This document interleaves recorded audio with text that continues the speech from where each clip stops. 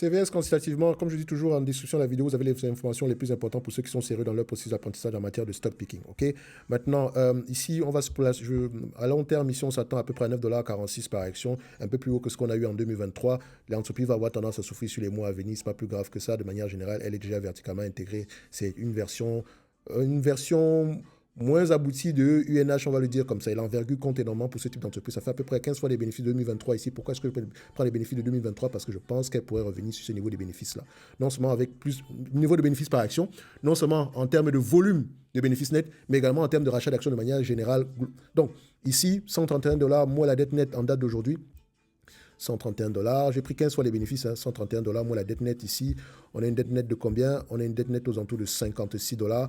Donc, 131 moins 56, ça donne à peu près 75 $ par action. Vous allez me dire que 75 $ par action ici, c'est inférieur à 8,74 $. Donc, ce qui veut dire que si je prends 10 fois les bénéfices, parce que je ne paye pas moins de 10 fois les bénéfices pour une compagnie. Ok, ce qui veut dire ici, parce que je ne paye pas, j'aimerais payer moins de 10 fois les bénéfices, mais quand je fais une valorisation, le minimum c'est 10, le maximum c'est 25. Ok, et ici, le minimum, si c'est 10 par rapport au bénéfice 2023, ça donne à peu près 27 $ l'action. Ok, maintenant, si on extrapole, etc., tant mieux. Et comme je dis ici, c'est un business qui est prévisible. Il y a de grandes chances qu'il continue à croître de manière générale. On peut regarder ici les forecasts des analystes. Qu'est-ce qui est mentionné il y a 6 mois? Le secteur, de manière générale, est en difficulté. Hein. Pas en difficulté pour mourir, mais parce qu'il dépend énormément d'un client. Pour des entités comme, voilà, pour la plupart des compagnies d'assurance ici, comme client, le gouvernement américain, demande toujours des prix de plus en plus bas. Enfin, pas des prix de plus en plus bas, mais il réchigne parfois à augmenter les prix, etc. Il met des conditions. Bref, je ne sais pas à quoi ça va ressembler demain, mais il y a de fortes chances que les compagnies d'assurance existent encore demain. Bon, ça prend un tout petit peu de temps ici parce que je voulais vous montrer à peu près l'historique des remises à niveau ici par rapport aux attentes des analystes. Pas plus grave que ça. On va mettre ici comme target price. Ça, c'est le niveau 1, parce que le niveau 2, on passera à 95 $ à l'action, et ainsi de suite, à 10 fois les bénéfices. D'accord? Donc ici, je mettrai aux alentours de 87 $ par ce qui sous-entend que le prix actuel reste intéressant. Maintenant, à l'heure où je tourne cette vidéo, on vous propose du CVS, la compagnie en question à 72 $. Donc on va plutôt revenir, voilà, on va revenir pas au plus bas, mais à peu près la médiane de ce qu'on a connu en 2025 par là. Ce n'est pas un business qui va mourir et ça, ce n'est que mon avis. D'accord? Mais attention, si vous voulez investir sur ce type d'entreprise, il faut comprendre dans quel secteur d'activité vous mettez les pieds. Je le dis toujours. Là, l'analyse sectorielle est très importante. OK? Si vous ne savez pas en faire, nous, on en fait tout le temps ici dans le Top Premium Infinity. OK?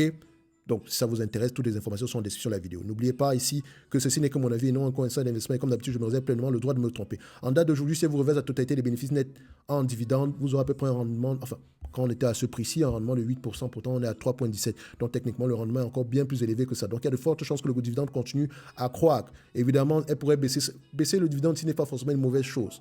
Surtout quand on est en période difficile.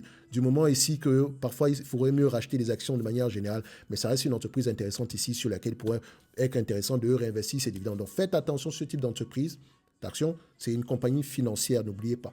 Il faut gérer le risque. Bref, ceci n'est que mon avis, non un conseil d'investissement. Comme d'habitude, je me réserve pleinement et royalement le droit de me tromper. Dans mon target price, ici, je mettrai à peu près 87 $ à l'action.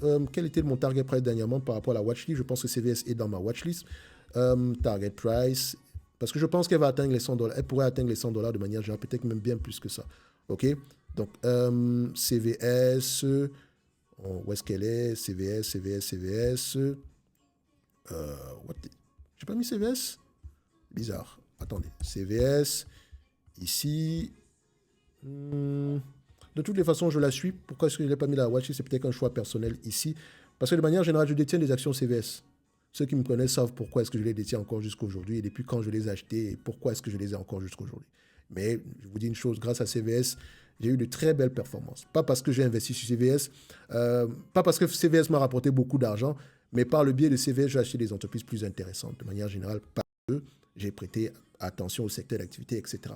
Petit disclaimer, des entités comme McKesson. Ok, je dis ça, je ne dis rien. Ok, et ça fait très longtemps que je détiens ce type d'entreprise ici. Et je ne vous ai pas demandé de l'acheter également. Ok, faites très très attention.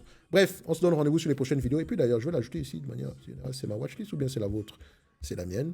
Donc ici, je vais mettre ici mon target price de manière générale parce que j'ai besoin de lire sur CVS quand je fais mes analyses sectorielles pour comprendre à peu près quelle est la thématique générale dans le secteur d'activité en date d'aujourd'hui.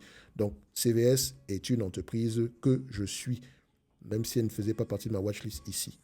Enfin, celle qui est là, devant vous, dont je mettrai 87. Voilà. 8,7.